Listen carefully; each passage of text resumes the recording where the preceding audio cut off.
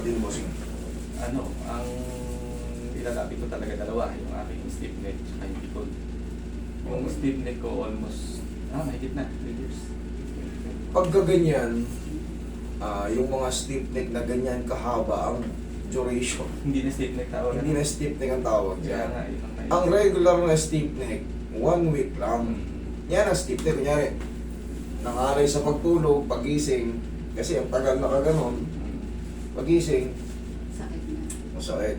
Pero, maximum 2 weeks nakaka-recover yan. Pero kung kahit walang kahit walang gamutan, kahit walang hilot o walang nakaka-recover yan kahit haplos lang ng pao, kunting ganun, okay na yan eh.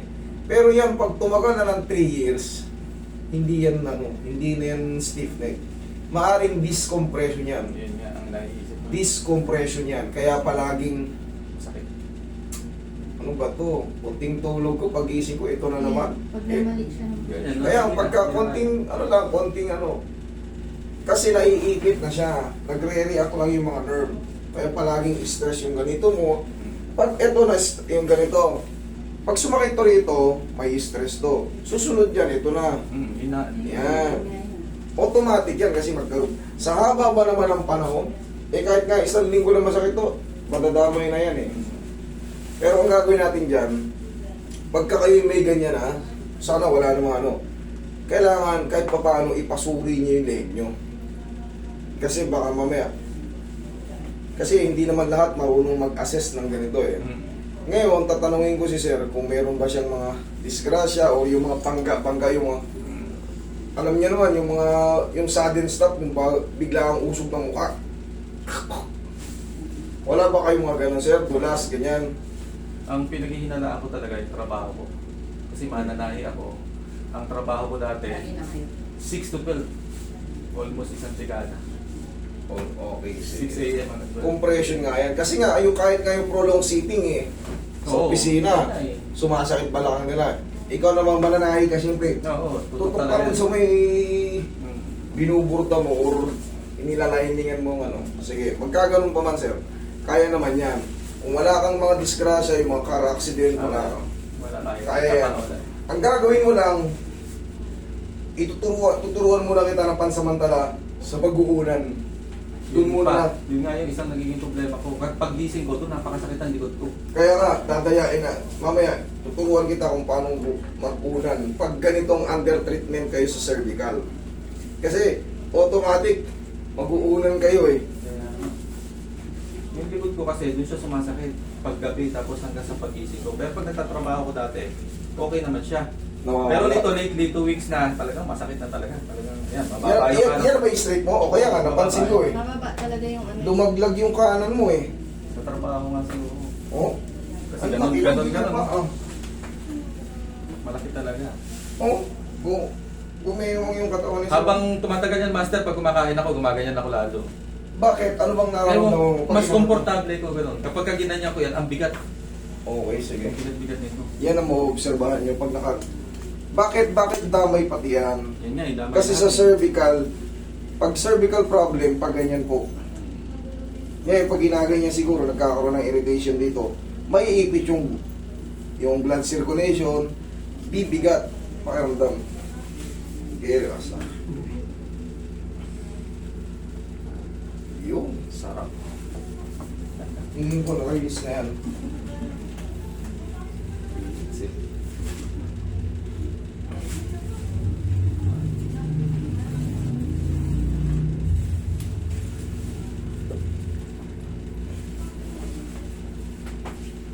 Tayo ka.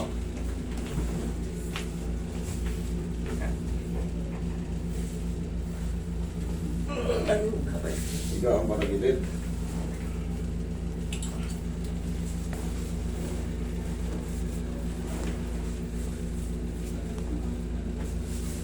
Relax lang. Kabilang side.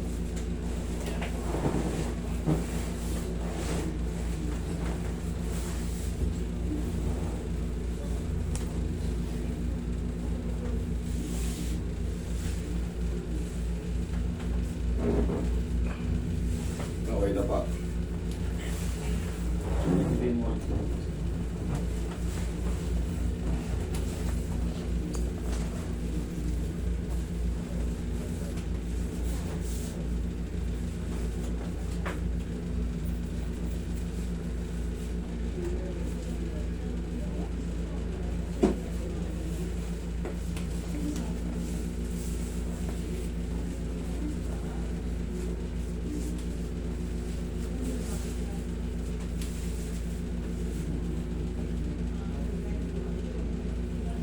ganito yung pakaramdam na marami ng spasm. Pag dinidinan mo, gumaganon yung katawan, yung muscle. Masakit eh. Oh, pag dinidinan mo, parang gusto niyang ilaban.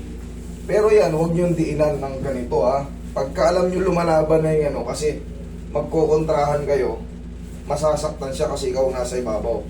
Ang pinakaano niyan, dahan-dahan lang. Patamaan mo na ng haplos.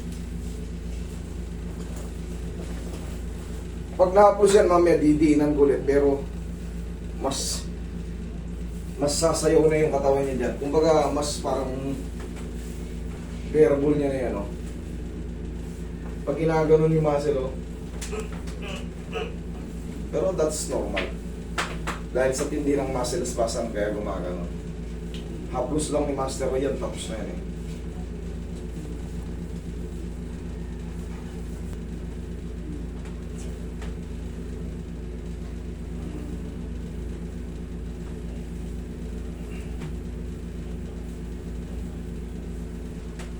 Habang tumatagal yan, paano yung ano mo yan, yung muscle mo, parang gusto mo nang ibigay na ano na lang.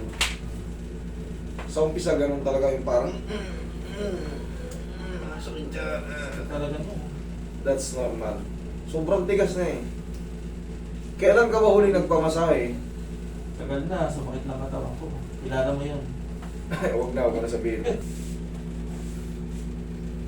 Oo, malambot na. Kanina kasi, Paano siya? pag ginaganyan mo, pagka punong-puno ng spasm yan, lalabanan niya eh. Tihaya.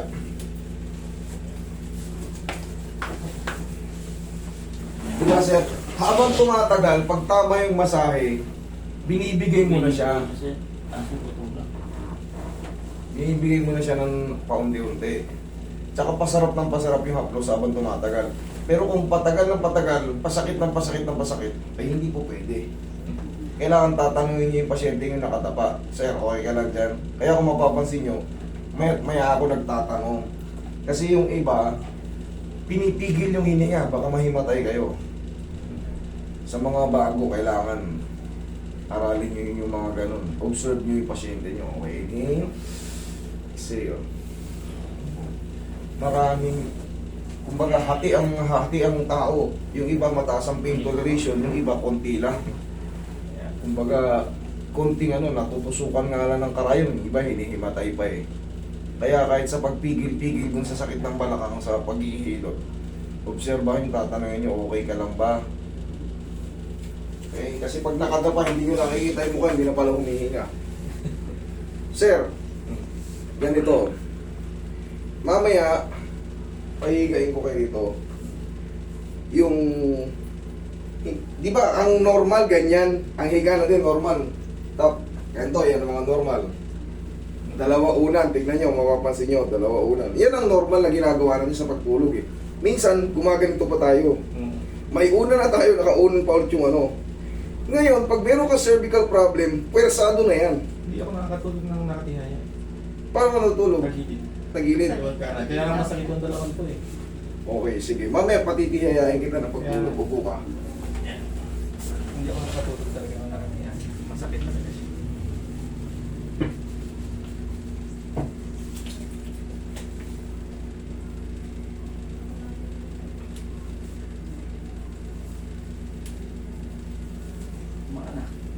Na-release na sabi ko sa'yo, cervical discompression yan. Hindi yan hindi na yan stiff neck. Ang stiff neck nga sabi ko sa inyo, maximum na yun 2 weeks. Nare-release na yan kahit wala kayong gawin. May tawag nga master si doon, si Chris, stiff neck parehas yung Treatment. yung niya yung sakit. Hindi ka makatingal, hindi makatingala. Pag nag-iikap, napakasakit.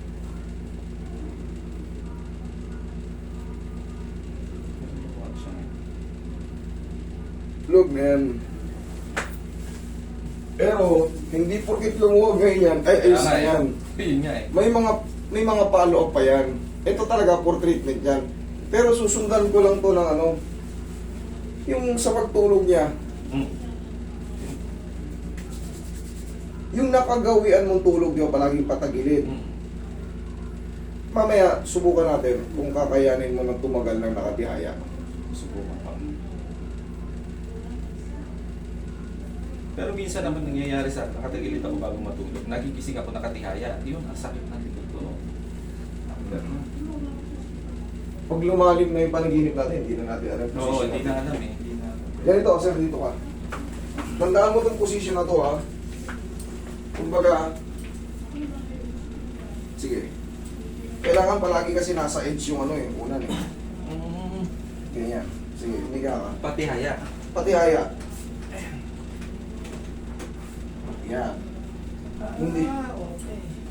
Kung mapapansin mo, Pwede nga, mayroong abang dito. hindi pwersado yung leg mo. Sasaluin ng strong back mo.